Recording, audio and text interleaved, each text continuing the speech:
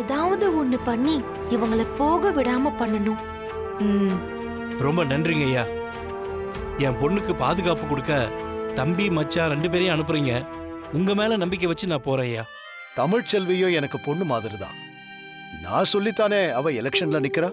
அதுவும் எங்க சார்பா நிக்கிற பொண்ணுக்கு நாங்க தானே இதையெல்லாம் செய்யணும். என்ன நடந்தாலும் சரிங்கய்யா, இந்த எலெக்ஷன்ல நின்னு ஜெயிச்சு இத்தனை நாளா நீங்க பதவியில இருந்து இந்த ஊருக்கு நல்லது செஞ்ச மாதிரி நானும் செய்வேங்கய்யா. உங்களோட பணியை நான் தொடரணுங்கய்யா. உங்களோட அரசியல் வாரிசா உங்க பேரை நான் காப்பாத்தணுங்கய்யா. உன்னை பார்க்க எனக்கு ரொம்ப பெருமையா இருக்குமா. சரிங்கய்யா, அப்ப நாங்க கிளம்புறோம். வரேங்கய்யா. வரோம். வாங்க.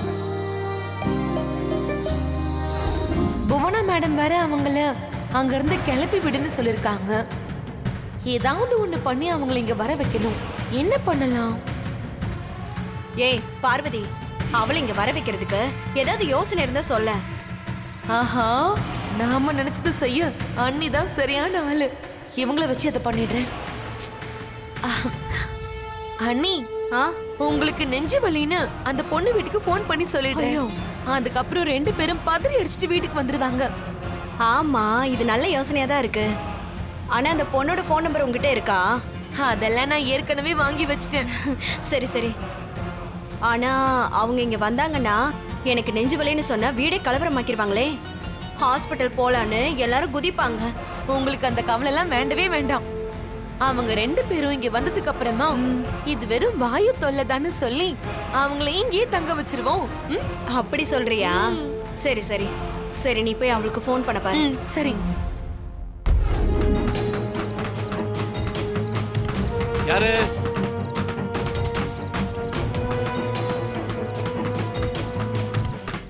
இந்த நேரத்துல யாரு? யாருன்றல?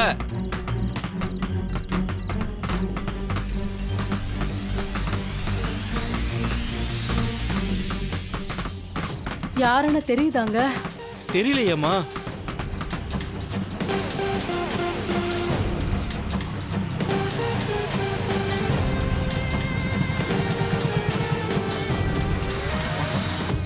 பார்வதி, பார்வதி, பத்மா, அக்கா. பத்மா, என்னம்மா என்னாச்சு? என்னக்கா என்னாச்சு? அக்கா என்னக்கா, உனக்கு ஏதோ நெஞ்சு வலின்னு ஃபோன் பண்ணாங்க. இங்க வந்து பார்த்தா சாதாரணமா படுத்துட்டு இருக்க. அது இல்லைங்க, நெஞ்சு வலியில பயங்கரமா துடிச்சிட்டு இருந்தாங்களா. அதுக்கப்புறம் இது ஒருவேளை வாயு தொல்லையா இருக்குமோன்னு நான் பூண்டு பால் ரெடி பண்ணி கொடுத்தேன்.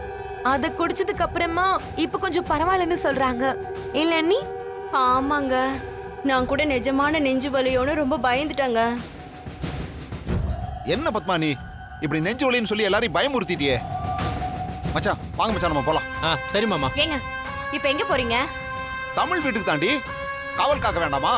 என்ன நினைச்சிட்டு இருக்கீங்க நீங்க? இந்த ராத்திரி நேரத்துல அடுத்தவங்க வீட்டுக்கு போய் காவல் காத்துட்டு இருப்பீங்களா? நீங்க என்ன வாட்ச்மேன் வேலை பார்த்துட்டு இருக்கீங்களா? இது அசிங்கமா இல்ல? அதானே. யார் அந்த பொண்ணு? சாதாரண காய்கறி கடை வச்சிருக்கிறவருடைய பொண்ணு. அவ வீட்டுக்கு போய் அவளுக்கு காவல் வேலை பண்ண போறீங்களா? அப்படின்னா அக்காவுக்கு நெஞ்சு வலின்னு சொன்னதெல்லாம் வெறும் நாடகமா?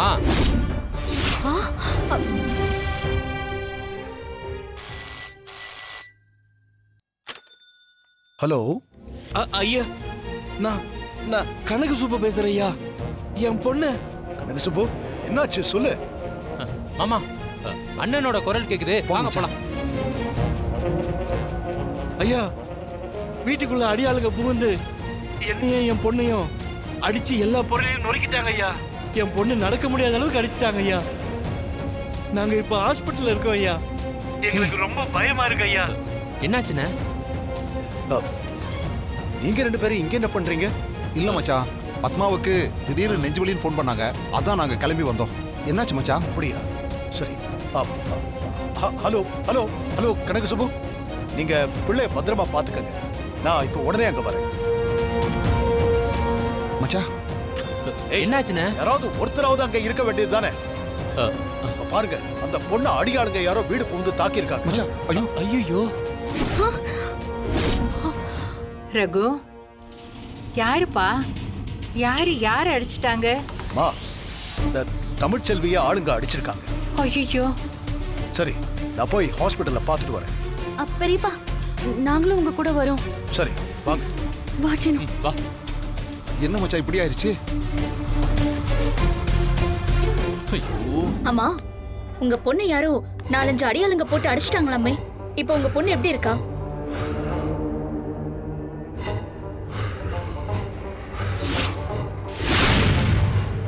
என்ன எல்லாரும் முறைக்கிறீங்க? அவன் நம்ம ஊரு பொண்ணாச்சே, எலெக்ஷன்ல வேற நிக்க போறாளே, அவளுக்கு இப்படி ஆயிடுச்சேன்னு பார்க்க ஓடி வந்தா என்ன முறைச்சு பாக்குறீங்க? ஏய் நீ எதுக்கு இப்ப இங்க வந்த? அதான் சொன்னனே, தமிழ்ச்செல்வியை பார்க்கறதுக்காக வந்தேன். சீ, செய்யறதெல்லாம் செஞ்சுட்டு பதறா மாதிரி நடிக்கிறியா? என்னது நான் பண்ணனா? இத பாரு ரகுராம், அந்த பொண்ணை நான் ஏன் ஆள் அனுப்பி அடிக்கணும்? அவளே ஒண்ணு தெரியாத சின்ன பொண்ணு.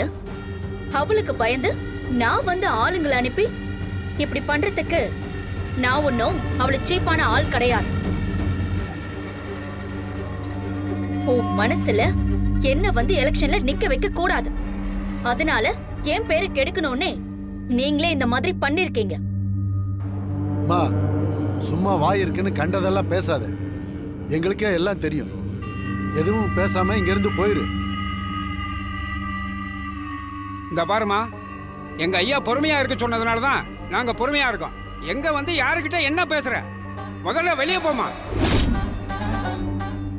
தனியாளா நின்னு அன்னபோஸ்டா ஜெயிச்சு வரணும்னு நீ இந்த அளவுக்கு கூட இறங்குவ இல்ல? இப்ப நான் சொல்றேன், இந்த எலெக்ஷன்ல நீ ஜெயிக்க மாட்ட. ஓ அப்படியா? என்ன ஆனாலும் சரி, என்ன விலை கொடுத்தாலும் சரி, யார வேணாலும் என்ன வேணாலும் செஞ்சு இந்த போஸ்டிங்ல நான் ஜெயிச்சு காட்டுறேன்.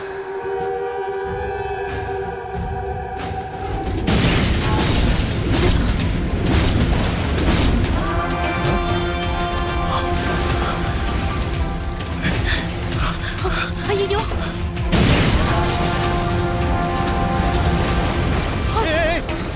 நில்லுங்க நில்லுங்க.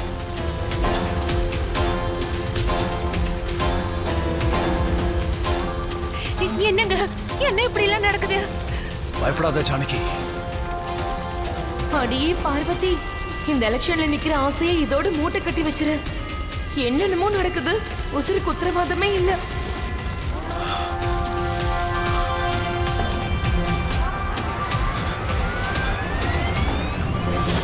ஹலோ,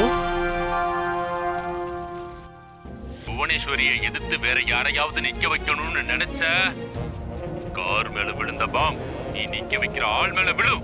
அப்புறம் உடம்பு வெடிச்சு செதறி போயிரும் பாத்துக்க.